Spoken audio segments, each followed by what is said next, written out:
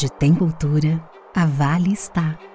No poder criativo que nasce dos palcos, orquestras, das artes, das ruas e dos museus.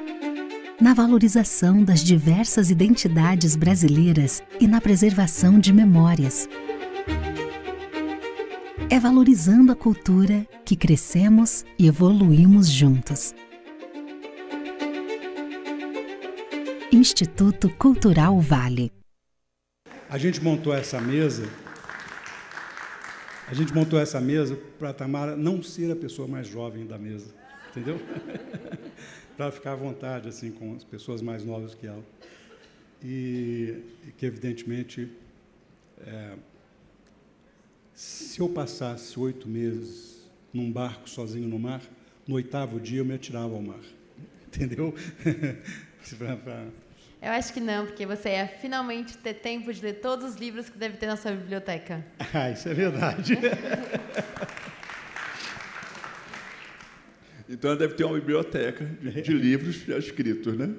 Queria que você falasse, acho que é muito da curiosidade, né? Nós vivemos aterrados, né? Em apartamentos, em casas, enfim, né? A gente vive com o pé no chão o tempo todo, né? Quando pegamos o avião, fica meio estranho, assim. Doido para que chegue logo, que aterrize logo, né?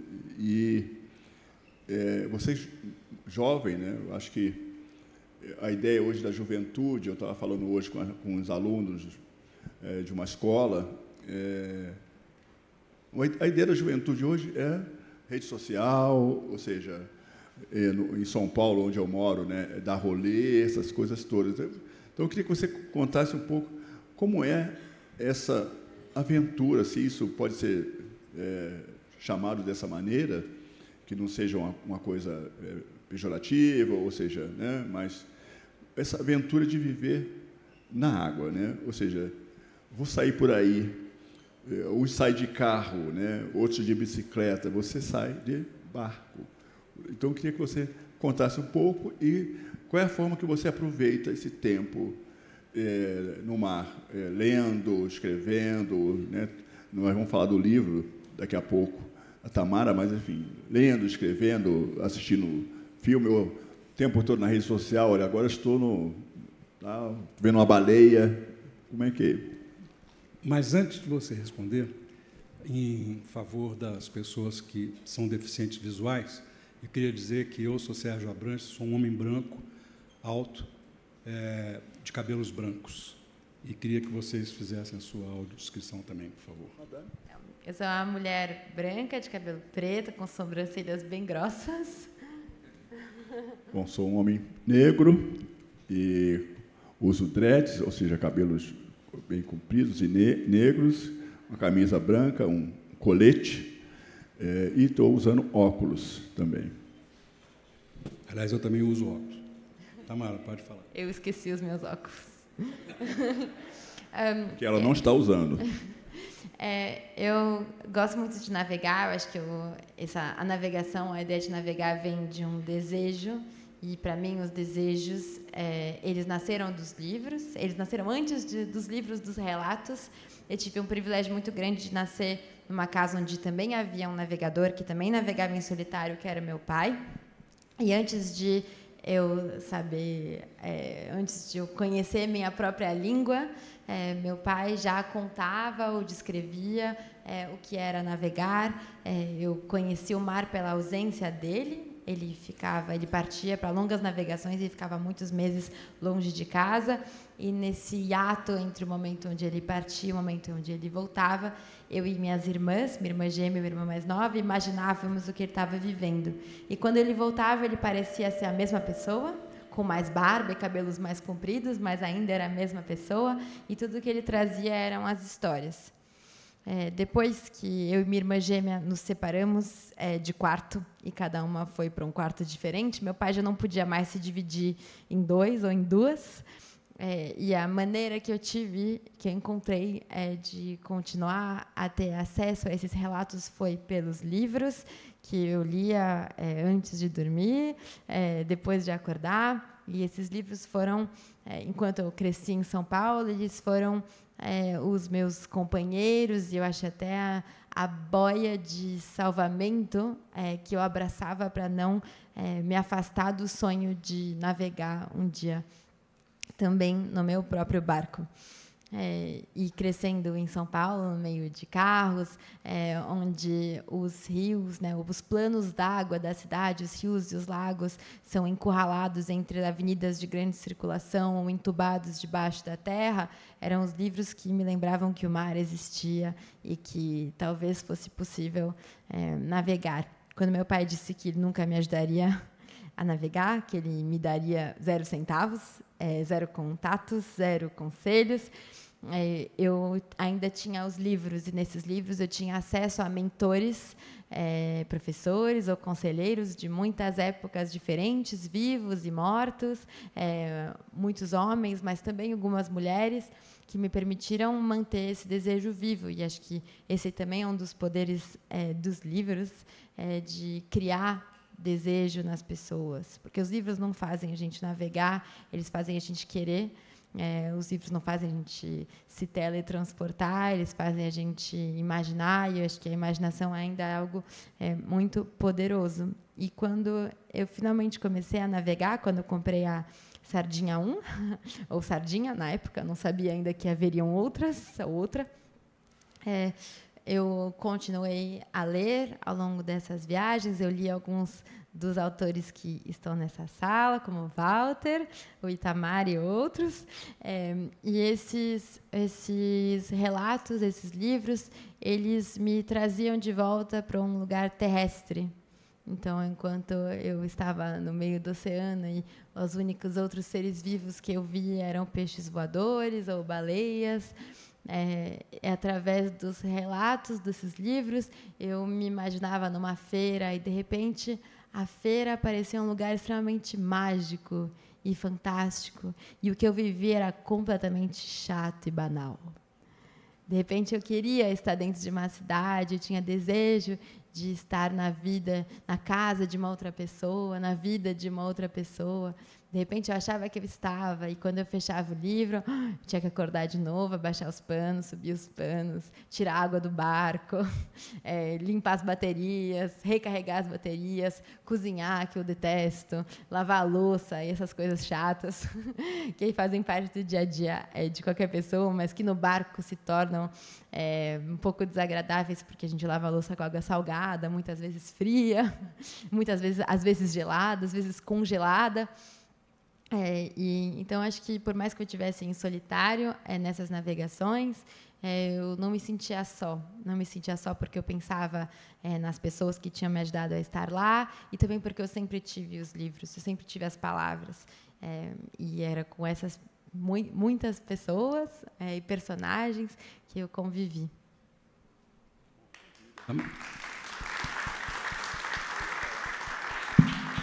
Eu ia falar da solidão, e você começou já a dar esse mote da solidão, mas antes eu queria dizer, uma pessoa que mora em São Paulo, né? O rio mais conhecido de São Paulo é sólido, né? Que é o rio Tietê.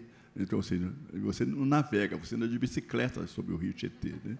Então, eu fico imaginando, eu morava no Rio, na zona sul do Rio de Janeiro, e eu fico, às vezes, com uma nostalgia enorme, né? De não ter praia em São Paulo, né? A mais perto fica a 100 quilômetros, alguma coisa assim. E aí você começou a falar da solidão. Eu fiquei imaginando, Sérgio, uma pessoa só, né? A não ser que você conquiste algum boto lá, apareça um boto, Richelli, ou no meio do mar. Eu estudei na Universidade Federal de Santa Catarina, né? Fiz comunicação. E eu me lembro muito, no meu período que eu estudava, que a gente recebia uns chamados, não tinha WhatsApp, não tinha nada, e recebíamos uns chamados sobre as baleias. Então, a gente pegava o carro de alguém que tinha, algum aluno sempre tinha um carro, e íamos atrás para poder assistir as baleias, fazendo aqueles piruetas todas, e aquilo era muito bonitos. A gente passávamos horas ali sentados na areia, observando, né, a evolução delas e também a agressão ao ambiente do mar, né? A poluição, enfim, né, a pesca predatória. Então, eu queria que você falasse um pouquinho, né, do que você observa, se você tem um diário que você anota essas observações, essas coisas. Você tem essa conversa com você mesmo, né? Uma caneta e um papel ali, fica, hoje, não sei o quê, tal, acordei assim, assado. Então, eu queria que você falasse um pouco dessa sua solidão, do mar, se existe isso, né? Uma diferença, né,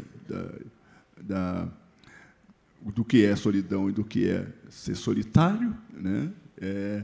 E se você registra isso, tem um diário, né? Se seu livro é uma produção desse diário, e como é que é quando passa mal? Assim, liga ali, passa ali na farmácia do arquipélago tal, enfim, como é que é isso? Acho que a segunda pergunta é mais fácil. Quando eu passo mal, eu fico aliviada de estar sozinha no meio do mar e não indo para o trabalho dentro de um ônibus. Quando eu tinha cólica, era uma maravilha estar lá. Eu ficava pensando, nossa, estou no melhor lugar do mundo para ter cólica. Eu não tenho que sorrir para as pessoas, ser simpática, ficar atrás de uma mesa. Acho que todas as mulheres iam gostar dessa experiência, iam querer estar no meu lugar quando a gente passa mal, tem cólica todos os meses. E, sim, acho que os livros são bons companheiros.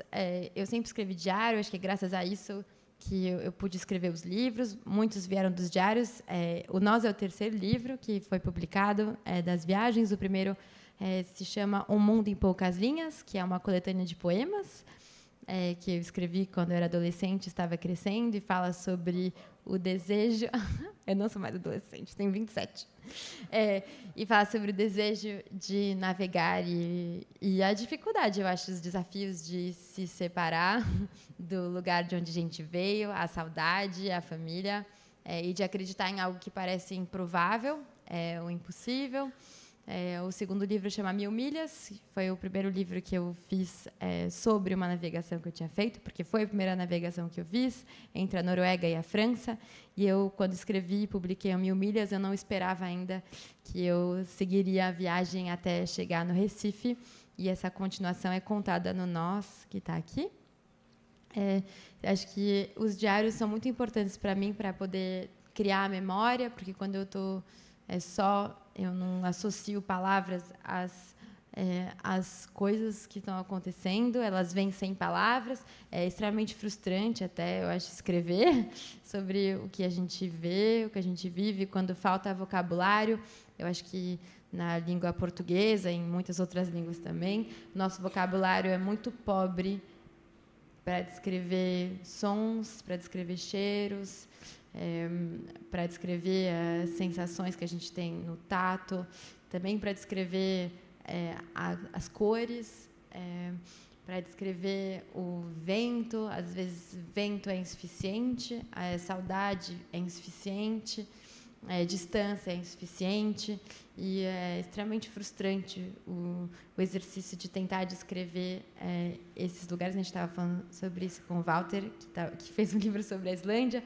Eu acho que, para mim, escrever é sempre um ato de...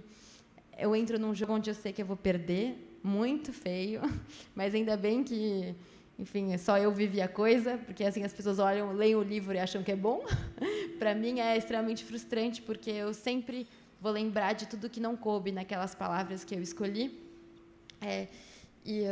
Quando eu não escrevo, eu sinto que eu não consigo ter acesso pelo menos o acesso às memórias é muito mais difícil. Então, por mais que eu saiba que o que eu escrevo não é o suficiente, eu escrevo porque, se eu não fizer isso, eu não vou ter mais acesso à memória. Talvez a memória venha, mas de maneiras que eu não escolho ou que eu não controlo. Talvez ela venha na lembrança de um outro cheiro que me lembra o cheiro de cocô de pinguim, ou um outro cheiro na casa de alguém que me lembra cheiro de mamão velho e mofado, porque nas navegações, às vezes, eles mofam muito. Todas as frutas mofam quando chegam no Equador, e é quente demais. Às vezes me lembra o cheiro do protetor solar que eu usei na travessia, que me fazia ficar enjoada, mas eu não consigo mais ter acesso a essas memórias quando eu não ponho elas em palavras.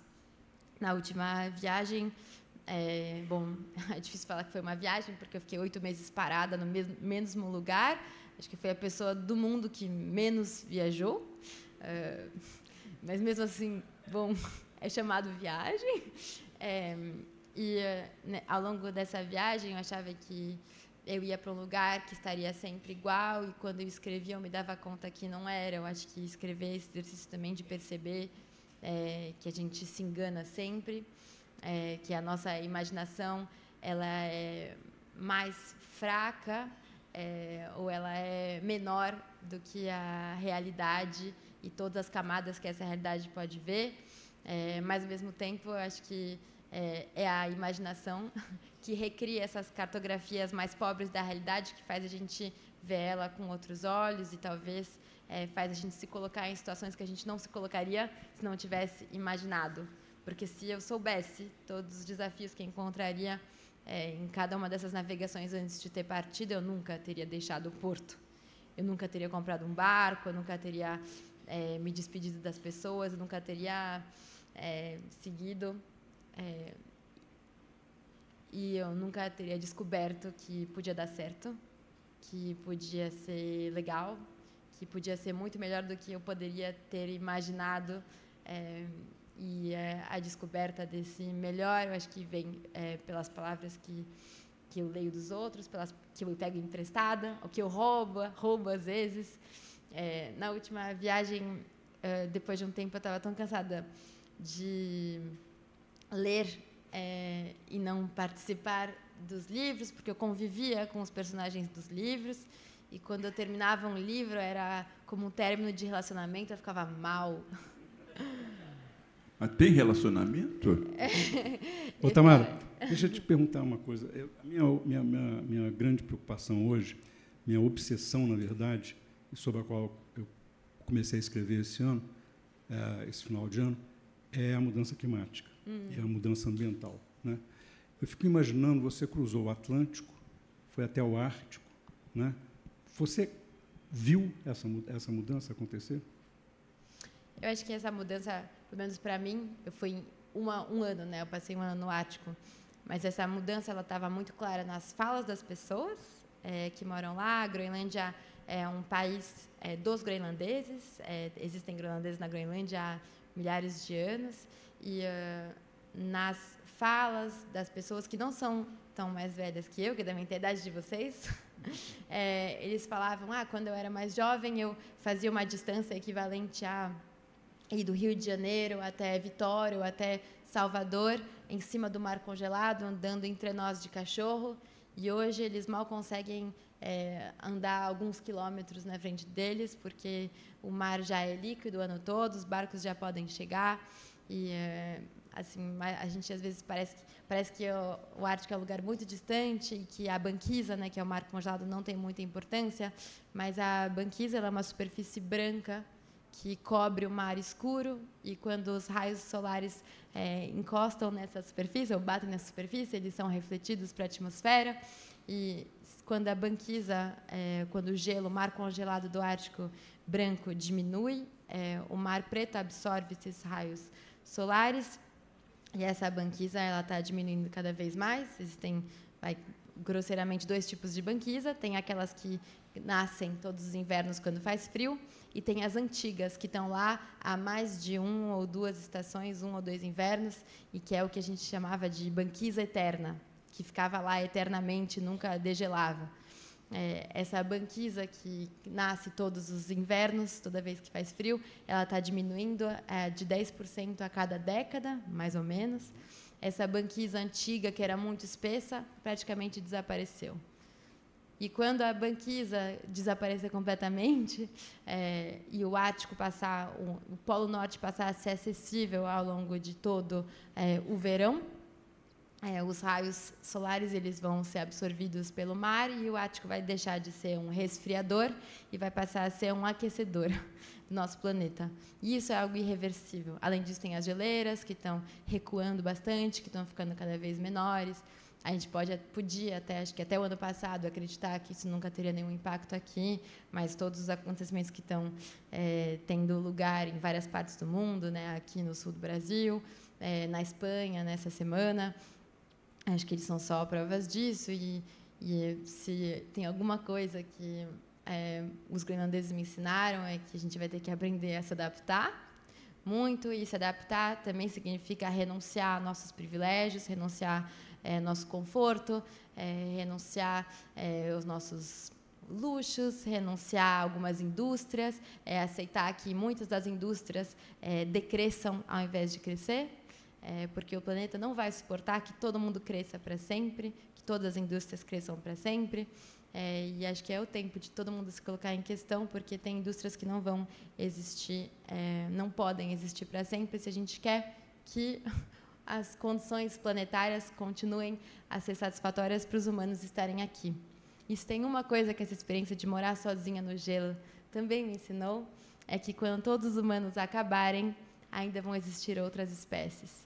Mas é uma pena que os humanos, que a nossa espécie corra riscos, porque será que as baratas e as pombas vão conseguir ler Drummond e entender a beleza que esse texto tem? Será que eles vão conseguir ler Socorro Alcioli? Será que eles vão conseguir ler Itamar ou Walter Ugumãe?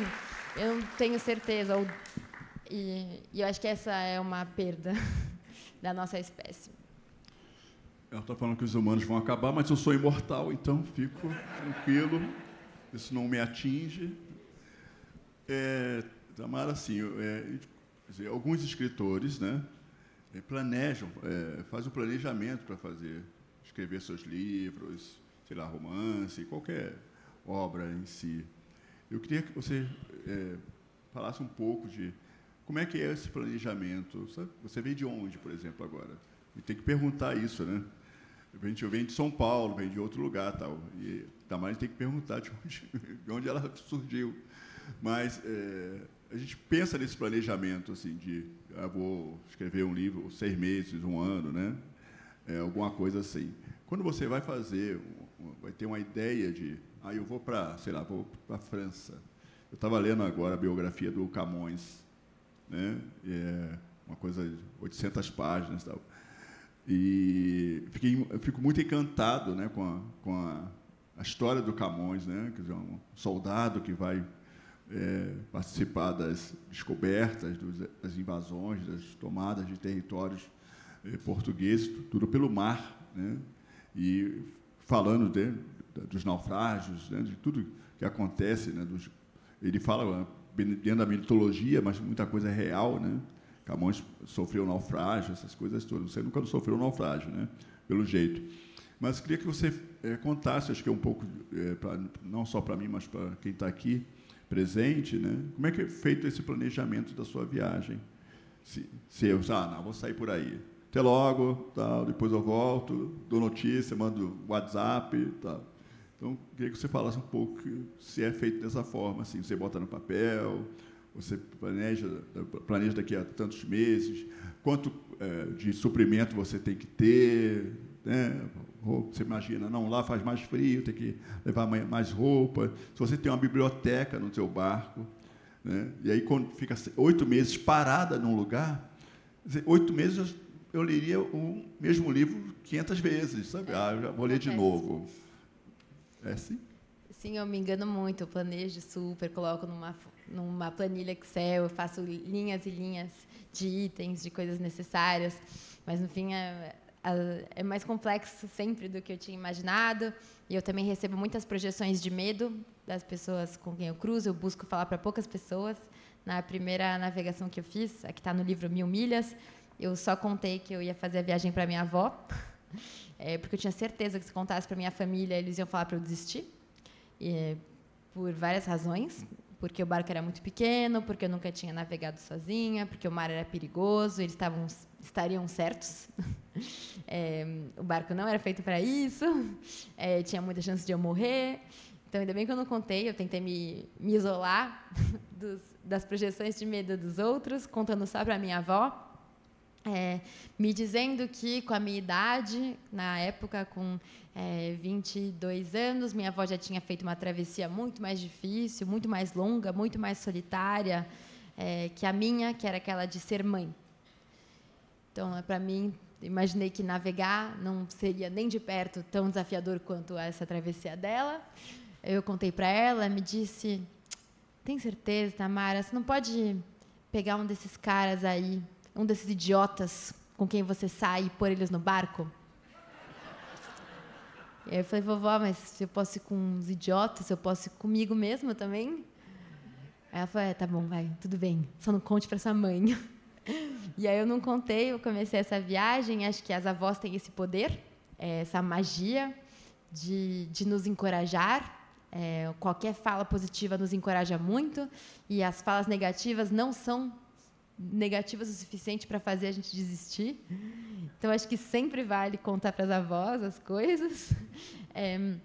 E mais tarde, quando eu fiz a primeira viagem, quando as pessoas começaram a me conhecer um pouco, pessoas que eu não conhecia começaram a me conhecer um pouco, e aí eu comecei a receber uma chuva de projeções de medo, uma chuva de pessoas que diziam que mas eu não tinha experiência suficiente, mas especialistas, né? Primeiro chegam os especialistas que vão dizer que o barco não tem a área vélica o suficiente, ou que os cabos não são do material mais resistente, ou que a instalação elétrica não foi feita de acordo, que a forma do casco não vai resistir à pressão do gelo, que o tamanho dos meus braços é insuficiente, que certamente vai faltar um homem. E diante de muitas dessas projeções de medo, algumas eu tento blindar, outras eu tento responder, outras eu tento resolver com soluções, e acho que isso participa da preparação. São os primeiros grandes desafios que a gente enfrenta, de manter nosso desejo vivo, mesmo sendo disposta a todo momento a tudo que pode dar errado.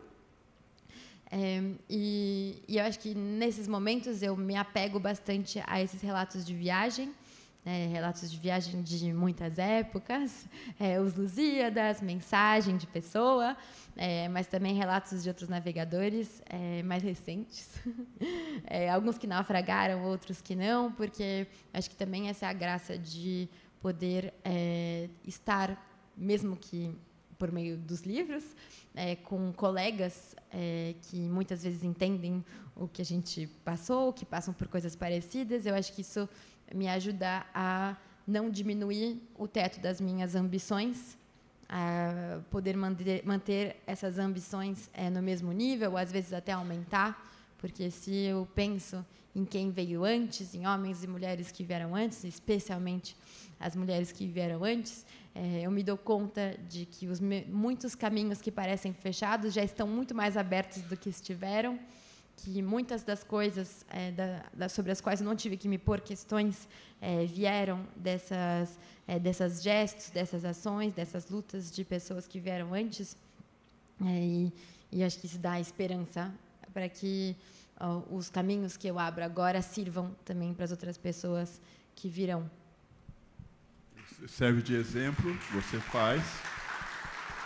E antes de passar a palavra para o Sérgio, que eu estou controlando a mesa, que ele já viu, mas o que mais de estranho você viu no mar? De estranho?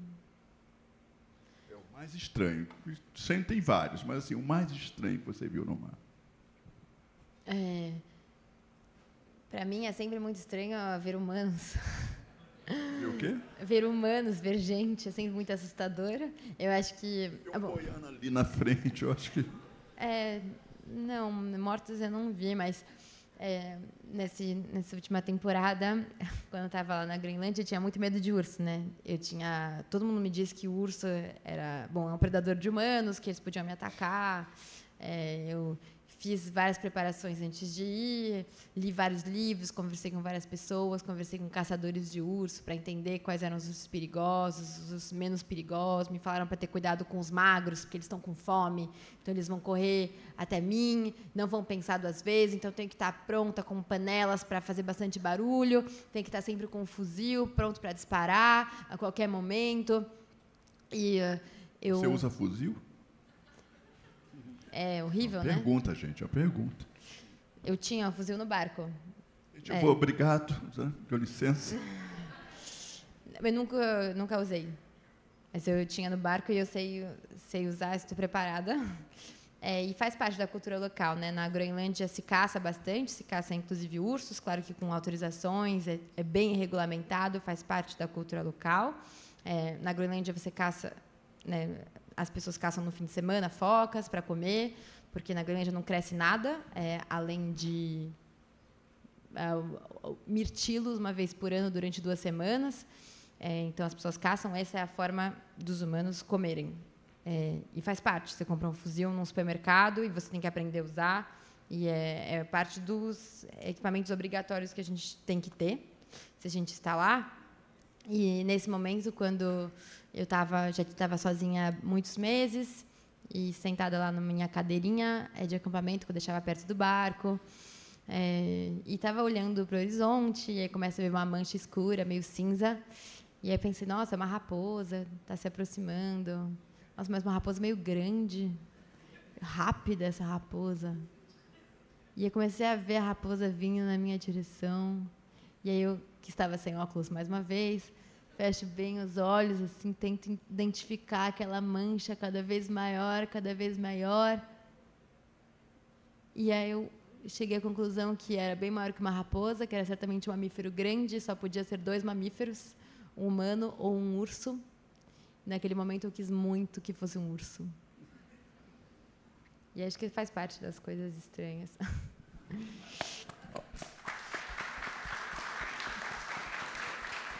Outra coisa estranha é ver minha própria imagem, é me olhar no espelho.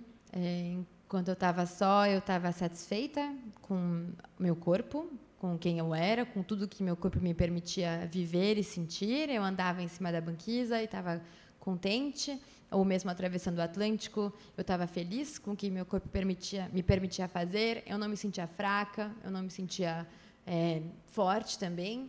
Eu sentia que a força do meu corpo era simplesmente suficiente, e eu sabia que eu só estava viva, eu só estava naquele barco e só estava conseguindo atravessar o Atlântico graças a esse objeto, o barco, e que sem esse objeto eu não sobreviveria ali, porque o meio do oceano não é um lugar para o qual os humanos foram feitos. E eu não me sentia fraca, apesar do que muitas pessoas me diziam antes de eu partir.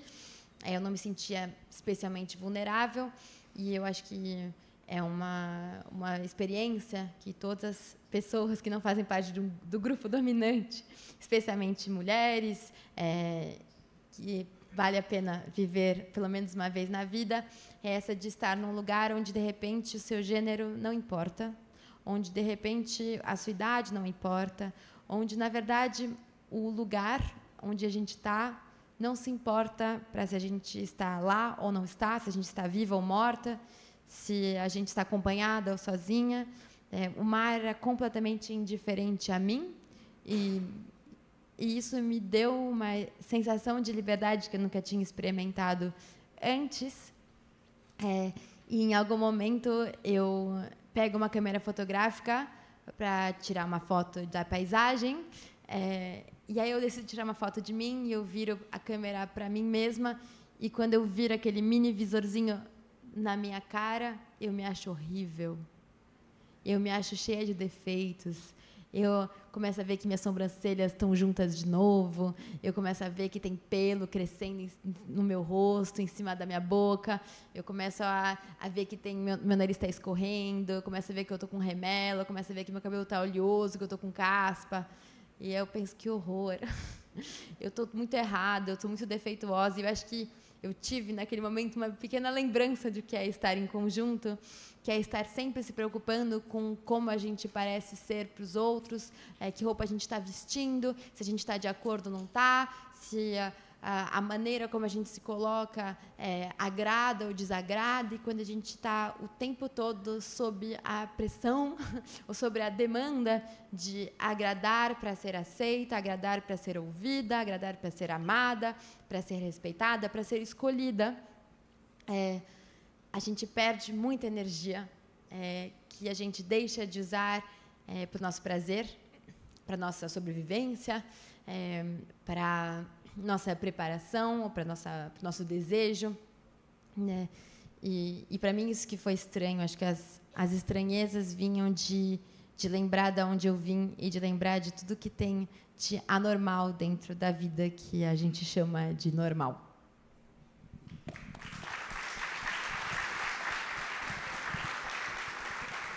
Clara, houve algum momento em que você concordou com a opinião das pessoas de que seu barco não era apropriado para aquela travessia?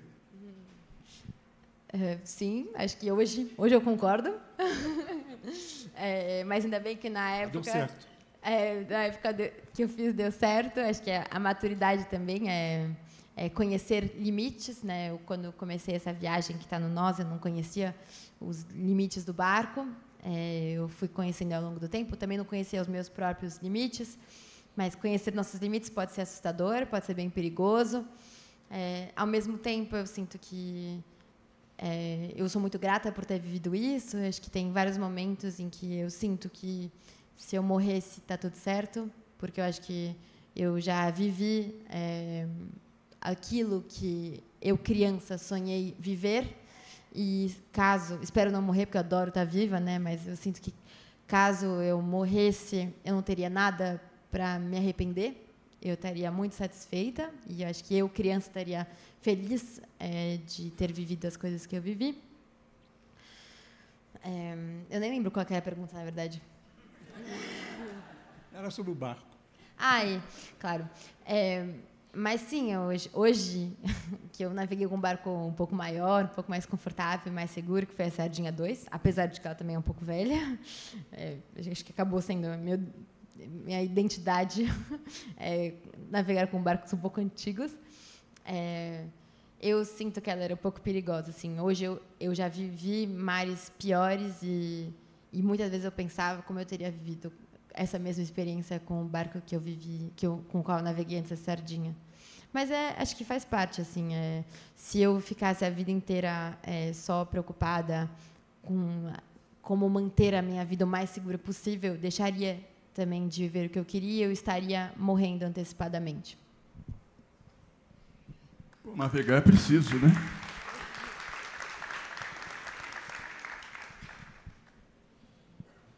Tem meia hora ainda de conversa, então, isso é muito bom. Alguém já... você fala que sempre... Você agora está ficando com a cabeça dos seus pais, né? Esse barco aí tem que ser o melhorzinho, né? Acho que mais seguro, né? Esse barco, acho que você, no início, você não pensava mais... Era bem aquela coisa que eu falei no início, da aventura, né? Você falou da sua avó, né? Achava com algumas questões, mas vai embora, né? Não podia falar para os pais, porque senão eles iam te trancar no quarto. E os seus irmãos, suas irmãs? Alguém já, assim, me leva? Alguém tem essa coisa do me leva também? Sim e não. Elas falam que elas querem ir, mas quando elas... até o momento nenhuma realmente... a minha irmã gêmea fez um pequeno trecho da viagem. Eu e ela passamos muito mal, a gente fica enjoada em barco. Então, acho que nessas horas é mais fácil estar sozinha, porque se a gente vomitar, a gente vomita onde a gente quiser. Quando tem outra pessoa, tem que achar o balde, você fica meio constrangido. Se você falou sobre isso, a opinião que as outras pessoas dão sobre o barco e tudo mais, eu fico pensando em como seria se eu tivesse nascido 5 anos depois do que eu nasci, quando tinha muito mais redes sociais. Eu acho que, às vezes, pelas redes sociais, quando a gente vê os triunfos das pessoas, dá a impressão que a gente está longe, dá a impressão que as pessoas vivem uma vida que é linear e que as coisas sempre estão prontas. A gente tem muito mais acesso ao sucesso das pessoas do que os fracassos. Eu tenho certeza que eu nunca estaria pronta se eu não tivesse vivido essa primeira experiência na navegação. Eu tenho certeza que muitas das pessoas que hoje a gente considera que são de sucesso nas suas respectivas eras não estavam prontos quando eles começaram. Meu pai falou que meu barco é extremamente precário, mas o primeiro barco dele foi um barco a remo. Então, eu acho que o meu barco não era tão precário assim. Tinha, pelo menos, um mastro com velas. quando eu atravessei o Atlântico, eu tinha GPS, eu sabia onde eu estava a cada segundo. Meu pai atravessou o Atlântico pela primeira vez usando sextante. Quando o tempo estava encoberto, ele ficava semanas sem saber onde ele estava, porque ele não conseguia tirar a altura do sol para saber a posição. Quando ele atravessou o Atlântico, ele não tinha nenhuma carta precisa do Brasil. Ele só tinha uma carta bem vaga que mostrava o Brasil inteiro. Ele não sabia onde é que era o lugar para onde ele estava indo exatamente, não sabia em qual estado ele ia chegar. Então, eu acho que faz parte do exercício de viver, de crescer, de tentar, começar com o que a gente tem, não ficar esperando as ocasiões perfeitas para começar, não esperar ter todos os recursos, nem ter todo o tempo do mundo à nossa disposição.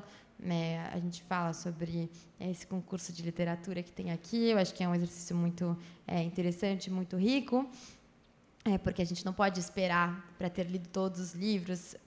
Se a gente quer escrever, a gente pode escrever do jeito que a gente tem, com os materiais que a gente tem disponíveis.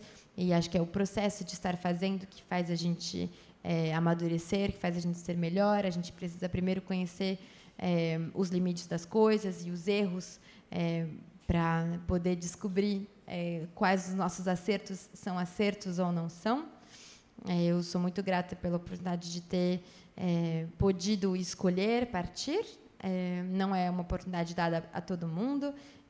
Eu tenho certeza que eu tive muitos privilégios, mas o principal foi ter a certeza de que, se tudo desse errado, eu tinha para onde voltar. Muitas das pessoas no Brasil não têm essa possibilidade.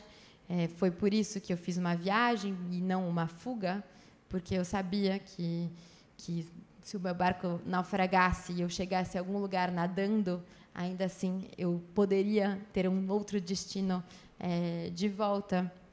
E isso me deu muitas liberdades, das quais eu pude aproveitar, aprendendo a errar, para depois poder conhecer os erros. E quando eu estava na Sardinha, a primeira, né, a Sardinha 1, agora, eu sinto que eu já imaginava isso. Eu pensava que, quando as tempestades eram muito altas, isso está no livro, quando os ventos eram muito fortes, as ondas eram muito assustadoras, eu pensava, Tamara, fica tranquila, eu sei que você está com medo, mas fica tranquila, porque no futuro as ondas serão muito maiores, o vento será mais forte, vai ter icebergs ao seu redor, vai fazer mais frio, você vai estar mais cansada. Então, aproveita agora para aprender a navegar numa tempestade, aproveita agora para aprender a se autorregular, aproveita agora para aprender o que é navegar no mau tempo, porque mais tarde será pior, tudo será pior. E acho que porque eu escolhi fazer isso, né? E realmente foi. Foi muito pior mais tarde. E ainda bem, acho que eu não fui com os melhores materiais, mas eu, pelo menos, comecei. E acho que isso é muito importante. Hoje, enfim, nesse palco chique, com livros publicados, parece até algo vai um pouco impressionante, mas na maior parte do tempo era eu de shorts, camiseta, dentro de um barco velho, tentando começar, tentando aprender, vendo muitos vídeos no YouTube, para aprender a resolver problemas elétricos que eu tinha em cada escala, pedindo ajuda para todo tipo de pessoa, pedindo ajuda e recebendo também ajuda de muitas pessoas generosas, alguns caixas de supermercado que me ajudaram, algumas pessoas aposentadas nos portos que me levavam até alguns lugares, eletricistas, mecânicos, marceneiras, enfermeiras, enfermeiros, médicas. Muitas pessoas me ajudaram. E acho que assim, quando a gente tem um projeto muito grande que se comunica com os desejos ou os sonhos ou a imaginação de outras pessoas, eu acho que ele tem esse poder de unir e de juntar essas pessoas. Se eu tivesse... Bom, quando eu imaginei fazer a viagem, aqui está escrito em solitário, né? O Atlântico em solitário, mas essa viagem só foi possível porque teve muita gente do meu lado, em todos os lugares por onde eu passei. Diz uma coisa, e aí você não contou para sua mãe, mas aí a sua mãe? Ela falou que não era fuga, mas é fuga, né? Não, quando minha mãe descobriu, ela falou para eu parar, mas eu estava longe demais. E ainda bem, já tinha ido muito. Sua mas avó ela deve ter tentava. falado assim, está dormindo, ela está dormindo, 2 dias, 3 dias. Não, hoje a minha mãe ela acompanha bastante, né? Porque acho que eu sou uma das filhas mais acompanhadas pela mãe, porque quando eu estou no mar, ela tem acesso à minha posição a cada 20 minutos, e quando para de funcionar, ela fica desesperada. Então, eu tento manter o sistema lá que envia as posições funcionando sempre, para não assustar. Em 15 minutos que eu conversei com ela, assim, meia hora só falando de você, entendeu? Então, era um pouco desse nível. Mas eu queria assim, perguntar só, a gente está terminando nossa conversa, né? Primeiro, falar dos piratas, né? Não pode deixar os piratas de fora. Você pesca? Eu era vegetariana, mas nas viagens eu via que não fazia muito sentido continuar comendo arroz e tofu no meio do mar, às vezes no meio do gelo. Então eu comecei a pescar e eu gosto de comer peixe. Do peixe. Tadinho, olha, é só hoje. Tá? Sim, eu entendo, eu também penso assim. Mas dentro daquele contexto faz sentido, porque quando você come arroz, fica lá uma embalagem, e quando você come peixe, tudo que sobra é comido por outras espécies. E acho que faz parte assim, do ciclo da vida. Sim. E os piratas? Mas em Minas não faz tanto sentido assim comer peixe de mar. Uhum. Vamos abrir exceçãozinha, né? E os piratas? Não sei, é porque a gente fala, né? A minha mulher, ela viajou o mundo e as pessoas sempre, quando ela foi fazer a primeira viagem, 38 países, morou em vários, né? E Índia, China, enfim. Mas da primeira viagem à última, é assim, não, você é mulher, cuidado, tem não sei o quê. Então, assim, se ela fosse pensar, disse que nunca aconteceu nada com ela, né? Mas se ela fosse pensar, não é uma coisa nem familiar, são coisas de pessoas próximas, né? Então, de porto em porto, assim, né? Os relatos que nós sempre percebemos pelas reportagens, coisas de televisão. Eu fico imaginando uma pessoa jovem, sozinha num barco, né? E aí alguém pode... Isso nunca aconteceu com você? A gente ouve muito esse discurso, não só eu, qualquer mulher que ouse viajar sozinha, ou ouse sair de casa sozinha vai ouvir isso. São esses discursos protetores, muitas vezes bem intencionados, mas que vão sempre reforçar a ideia de que o nosso lugar é trancado dentro de um cofre, dentro de uma gaveta da cozinha. São discursos que vão dizer: você não vai dar conta, é muito perigoso para você, as pessoas são maldosas, você vai ser estuprada, você vai ser agredida. Isso eu escuto sempre, e não sou a única, eu tenho certeza. Dessa sala, alguém já ouviu algum discurso assim? Quem? Oh. E acho que faz parte de ousar fazer algo que incomoda, talvez, os outros. Eu acho que, especialmente quando a gente é mulher e a gente faz algo que assusta, inclusive, os homens, a gente vai ser exposta a isso, talvez ainda com mais força, mas não apenas. Existem esses discursos desencorajadores, né, que tentam nos dissuadir. Existem, às vezes, gestos que tentam nos dissuadir. Quando a gente anda na rua, a gente não precisa nem estar no meio do mar, né? Basta andar na rua e ouvir discursos que nos objetificam, que nos infantilizam, pessoas de outro gênero que não o nosso, né? Que se acham no direito de opinar sobre a maneira como a gente está vestindo, que se acham no direito de nos diminuir, que se acham no direito de fazer insinuações. Tudo isso vai, aos pouquinhos, nos desencorajando de usar o espaço público, de sair de casa, mas a gente sabe também que dentro das nossas casas a gente não está necessariamente segura, já que muitos dos casos de feminicídio acontecem dentro do ambiente doméstico. quando eu estava... bom, nessa travessia do Atlântico aconteceu muitas vezes, né, uma fala que eu ouvi num porto na Dinamarca, uma entre muitas, era: mas você não tem medo que um barco coreano, não sei por que coreano, descubra que você está sozinha e desvia a rota dele para ir até seu barco, invadir e te estuprar? E eu falava: mas se eu tiver medo disso, eu não vou nem sair de casa? Se eu tiver medo disso, é muito mais seguro eu estar no meio do mar do que estar dentro de uma cidade com um monte de gente em volta, com um monte de homem que pode fazer a mesma coisa, com muito menos dispêndio de energia. E eu vi a mesma coisa nessa viagem no Ártico. Ouvia muitas vezes falas do tipo... Bom, era uma viagem perigosa, eu sabia que eu estava em risco, e uma pessoa dizia para mim: não fale para ninguém para onde você vai, não fale para ninguém onde você vai estar ancorada, porque um caçador de focas pode querer quebrar o mar congelado para ir até o seu barco, invadir e se aproveitar de você. E eu falava: mas então por que eu vou estar muito mais segura lá do que em qualquer outro lugar do mundo, né? Por que não ir, se até lá isso pode acontecer? E acho que é isso, não necessariamente isso vai acontecer, mas a gente sabe que dentro e fora de casa a gente vai estar igualmente exposta.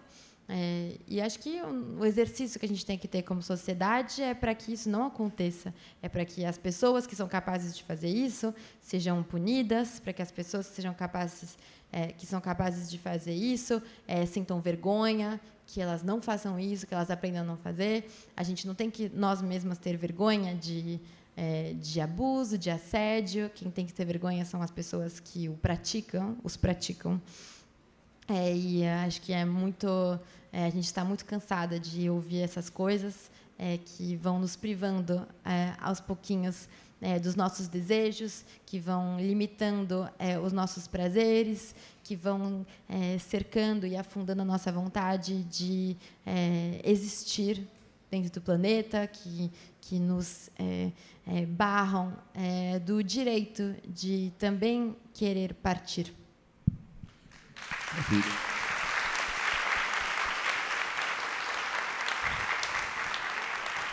Bom, já estouramos o nosso tempo. Obrigado. Muito obrigado. Nós terminamos, o nosso tempo se esgotou, mas eu saio daqui convencido de que o Mário é um grande professor. Obrigado. Obrigado, Tamara.